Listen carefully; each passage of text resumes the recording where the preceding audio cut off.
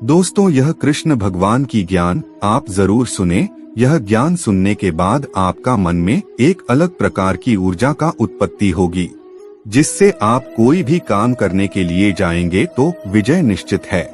जय श्री कृष्णा। दोस्तों, जो अधर्म के रास्ते पर नहीं चलता, उसका विजय उसी के साथ होती है जो सत्य के रास्ते पर चलता है। संघर्ष भरी जिंदगी में कामयाब होने के लिए आपको धैर्य और समझदारी दोनों की जरूरत होती है। जीवन का सफर बहुत ही लंबा होता है, इसलिए आपको हमेशा उच्च उद्देश्यों का चयन करना चाहिए। सफलता के लिए निरंतर दृढ़ संकल्प और समर्पण जरूरी होता है। यदि आप यह दोनों विशेषताओं से वंचित हैं, तो आप कभी सफल नहीं होंगे। जीवन के मुश्किल पलों में आपको अपने लक्ष्य को याद रखना चाहिए, इससे आपको संघर्ष करने की शक्ति मिलेगी। अपने लक्ष्य के लिए संघर्ष करने के लिए आपको स्थिर होना होगा, इसलिए आपको धैर्य और सहनशीलता से संघर्ष करना होगा। संघर्ष के समय में निराश न हो, क्योंकि निराश होने से आपकी समस्याएं बढ़ सकती हैं। संघर्ष करते समय हमेशा सकारात्मक रहें, यह आपको सफलता के रास्ते में मदद करेगा। श्री कृष्ण हमें समझाते हैं कि हमें अपने कर्तव्यों का पालन करना चाहिए और उन्हें पूर्णतः निभाने के लिए संघर्ष करना चाहिए। सफलता के लिए आपको अपनी जिज्ञासा को बढ़ाना चाहिए और इसे निरंतर संवेदनशीलता के साथ जीना चाहिए। जब आप संघर्ष कर रहे होते हैं, तो आपको हमेशा सफल होने के लिए उद्यमशीलता और अध्यवसायता के साथ काम करना चाहिए। जब तक आपके मन में नफरत होती है, तब तक आप खुद को कभी भी शांति नहीं दे पाएंगे। इस उदाहरण से हमें यह समझ मिलता है कि हमें नफरत को दूर करने की आवश्यकता होती है, क्योंकि नफरत हमारी आत्मा को शांति नहीं दे पाती है। जीवन की सबसे बड़ी समस्या है हम खुद को समझ नहीं पाते।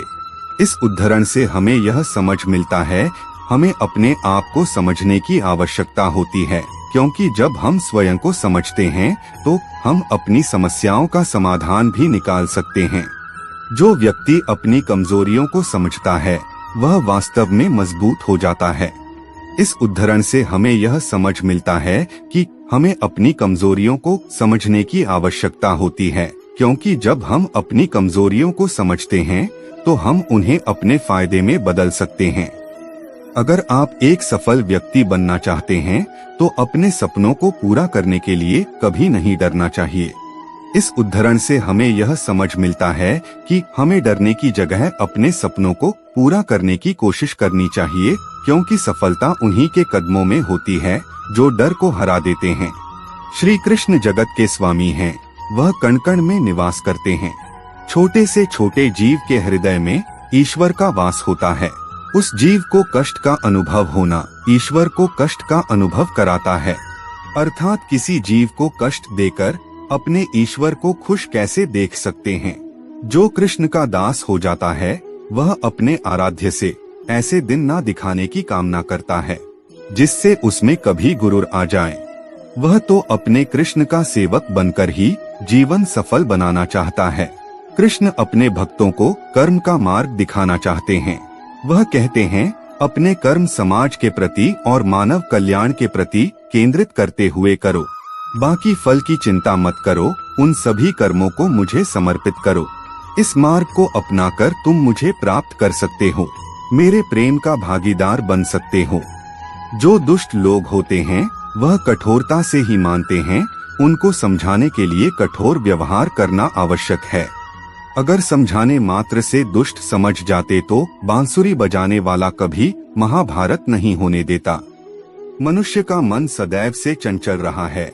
इस मन की चंचलता ने मनुष्य को पथभ्रष्ट तथा मार्ग से विचलित करने में कोई कसर नहीं छोड़ी। जो व्यक्ति अपने मन को नियंत्रण में नहीं रखता, वह धीरे धीरे स्वयं का शत्रु बन जाता है। दोस्तों, ऐसे ही ज्ञानवर्धक कृष्ण भगवान की स्पीच सुनने के लिए अभी सब्सक्राइब करें हमारे चैनल को, और दोस्तों वीडियो को लाइक करना ना भूले। जय श्री कृष्णा दोस्तों, राधे राधे।